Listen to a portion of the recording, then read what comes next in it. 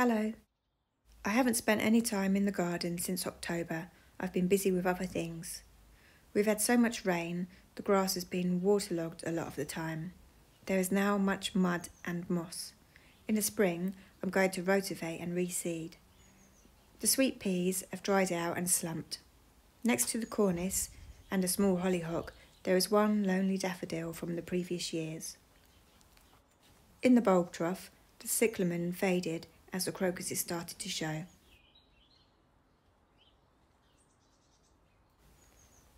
And they suffered in the frost.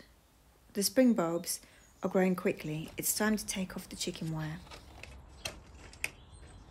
I was going to move it in front of the shed for more light, but then I thought I would appreciate the flowers more when it's by the house and there won't be any sun in the garden until March.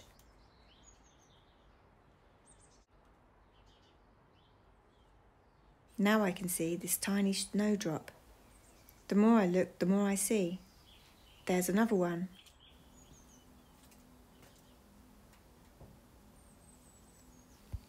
And another.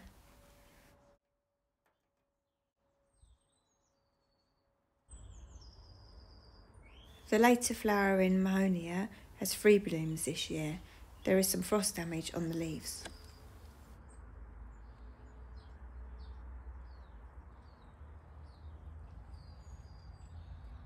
Underneath are primroses that are several years old now. They go through phases of looking fresh and lovely and then snail-eaten and in bits. A few tiny shoots from the bulb I planted are coming up. These primroses are small and have all fresh leaves. They look like new plants.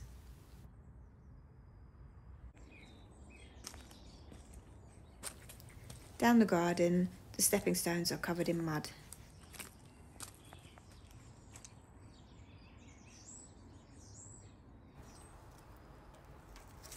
These semperviviums have survived with no frost protection this year, and this also. Not much going on down here, a few bulbs from last year coming back.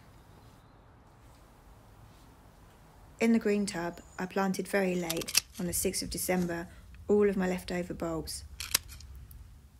I cleared the dying back plants, dug it over, and scattered the bulbs in 2 layers, then covered over.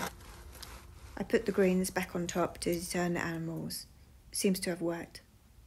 There are a couple of things starting to come up. Looks like that crocus flower has been eaten by a snail or a slug.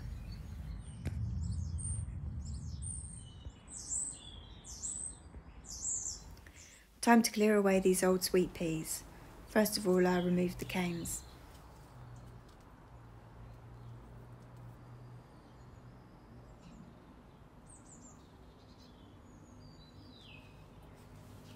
The plants brought away easily, with the seed pods rattling as I moved them. I haven't really got room for this. My compost bin is full, but I will pile it on top anyway, if I can just squash it down a bit. Hoping that it might settle down in a few days' time. I'm sure with the cats jumping down on it from the fence, it will help. Just got to have a tidy up of these plastic bottles and name tags. I won't be doing anything here until the new fence is in, and that's not going to happen until the weather and ground dries up a bit.